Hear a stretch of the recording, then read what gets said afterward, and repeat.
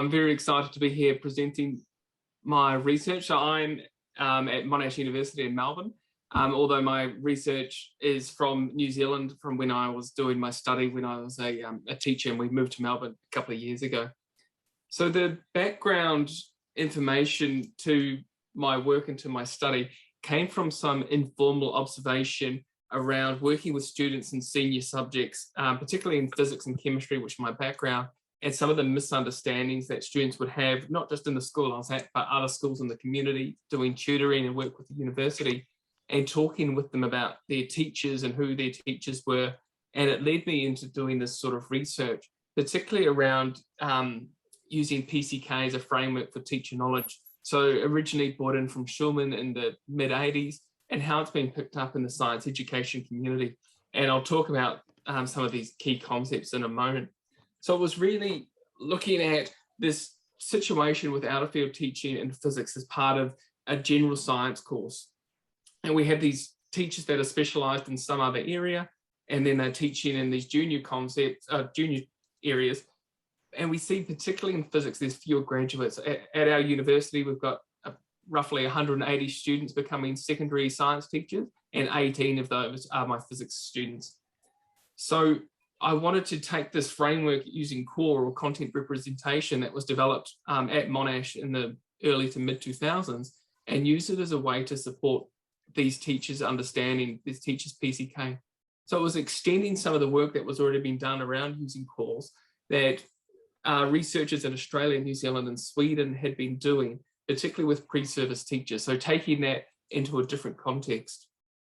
So my research question really was around how can this content representation as a framework, when it's used in a collaborative environment within a school, support out-of-field teachers' PCK. And the topic that I looked at was electricity and magnetism within physics. And it was really important to me to do this work within one school, because some of the work that had already been done using cores showed in it, one of the points that Em said earlier hit me, was around how teachers see collaboration as being important, but not having the time to do it. And some of the findings out of that previous work said the core work was fantastic, but getting everybody together to actually do it was really hard. So that's why I looked at doing it in one school. Now, for the understanding of the way that I used pedagogical content knowledge was based on the refined consensus model that came out of discussions from the PCK Summit #2 in 2016, and it was published early last year. Now, within this model, there's lots to unpack, but there are a couple of key features that I just want to point out now and why they're important to the study that I'm talking about. So in the very center of this diagram, we've got enacted PCK or ePCK, and that's the tacit knowledge a teacher has in the moment of teaching. Often prior to this model, it was called dynamic PCK, and how people were understanding it. And going back to an outer layer, the personal PCK or PPCK represents the static knowledge. So again, often referred to as static PCK or declarative PCK prior to this model. So it's the knowledge the teacher has, and then there's the knowledge the teacher's using when they're in the act of teaching or in the classroom. And further out, 2 steps back, is the collective PCK or CPCK. And collective PCK being this collective form of knowledge generated by a group of teachers. And that can be locally bound, say to a school, for instance, or locally bound to a community or to a country, or more best practice canonical information. So there's different ways to conceptualize that idea of CPCK or collective knowledge. So how that is important for the study are the double-headed arrows that go between all of those, which have been termed knowledge exchanges, because we are using cores as a framework to elicit those knowledge exchanges to get a transformative effect. So not just trying to tell teachers things or new information, but trying to elicit a discussion in a way that transforms the way they're thinking about teaching and learning. So in terms of understanding these different types of PCK, I use these quality indicators, so broke it up into 3 components.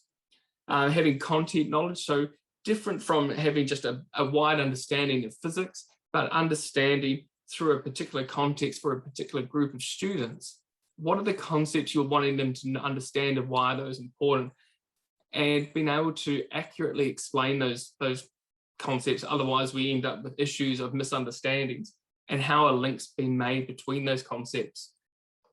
The knowledge of students' understanding and learning was about how's the teacher eliciting prior knowledge from students, what are the questions they're using, and then following that is how they adapt in their practice. So when they're asking particular questions, what are they doing with that information when they receive it?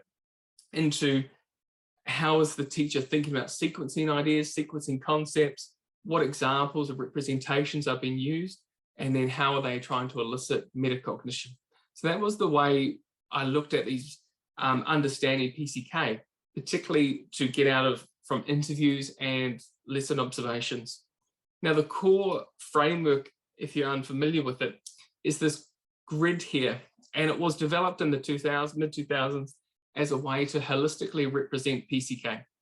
And then other researchers have taken it and used it in different ways. When using it as a collaborative tool to generate discussion, there's two key phases. The first one is to identify what are the big ideas that you want students to know and understand about a particular topic. So for example, in the physics one that I'm talking about now, one of the big ideas was around electrical current is the flow of electrical charge. So it's the big idea the teachers wanted students to understand. And then you have these 8 pedagogical prompts down the left-hand side.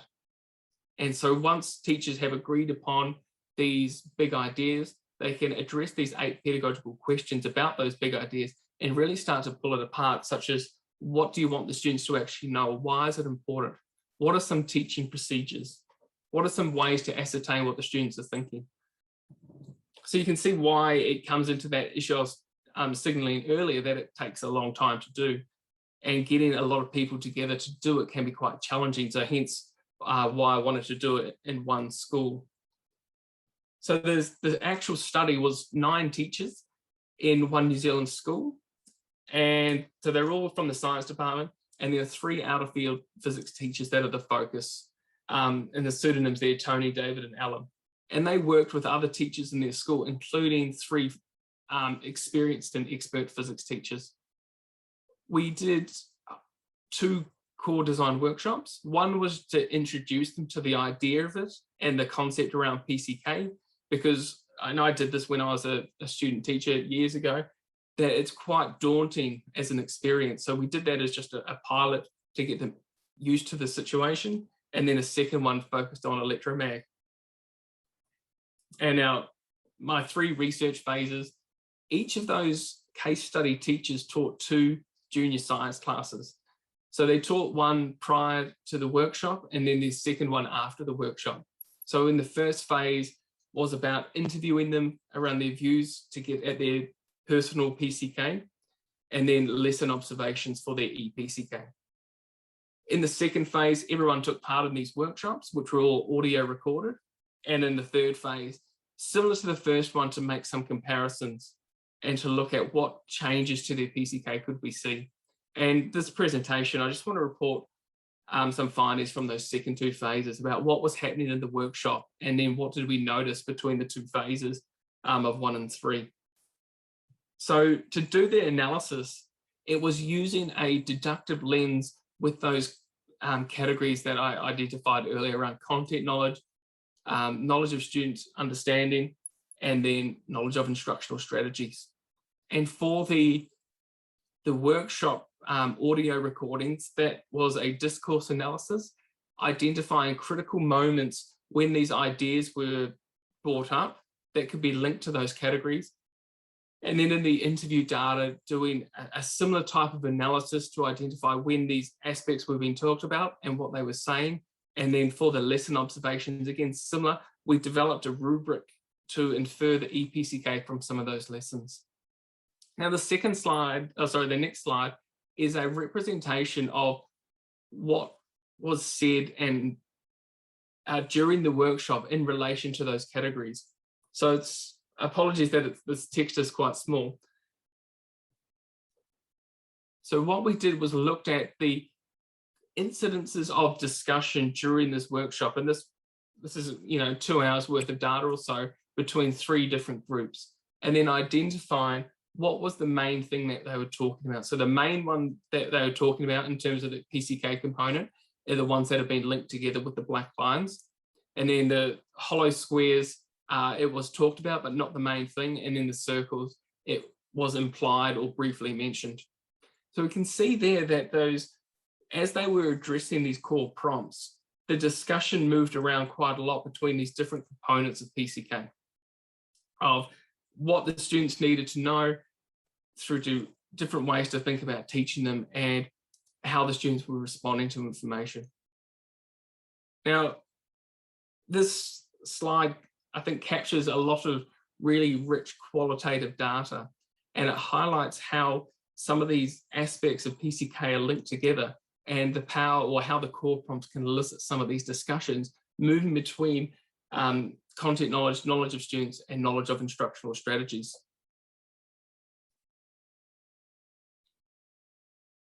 For the phase 3 findings, the core itself that was produced by this group of teachers represented a form of collective PCK. And it was a collective that it was to this group within their particular learning context. So teaching electricity and magnetism to this group of kids, they were about 14 years old within their school. And all of the out of field teachers during the interviews reported changes around their PPCK. And they were able to give examples. And interestingly, the examples that they gave, which linked back to their PCK for teaching this topic, were all about content knowledge and the strategies that they were using. So they signaled that they were thinking differently about how they are responding to students and how they're eliciting eliciting ideas from students, but they didn't elaborate on that much. There was just sort of, I'm thinking about this a little differently, whereas the other two categories were more willing to give examples. And then, interestingly, they all spoke about the context of their particular school. So how the school influences their transformation, or the level of transformation, that they felt that the core design process was really enhancing and changing the way they were thinking. But for some of the interviews, they were getting into the term 4 of the school year, and they were starting to change or starting to think about their teaching in a more didactic way, particularly around the assessments that were coming up.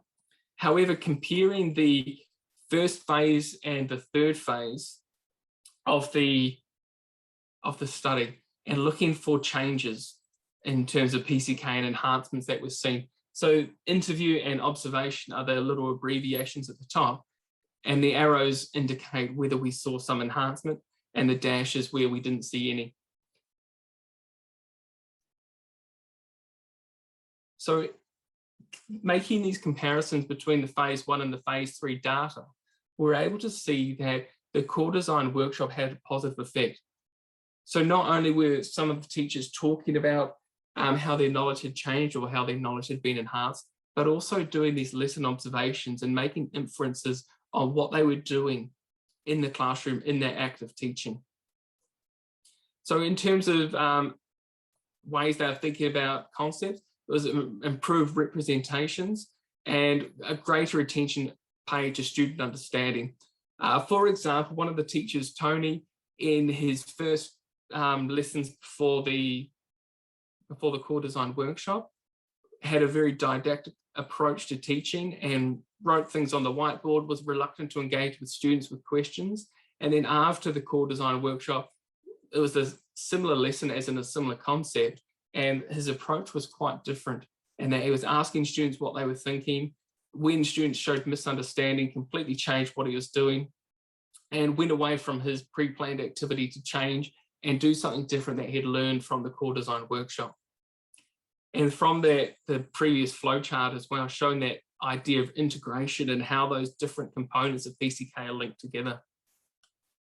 So just a few discussion points here, that it was the pedagogical prompts that became the important part. And as Em said earlier as well, we don't know what we don't know.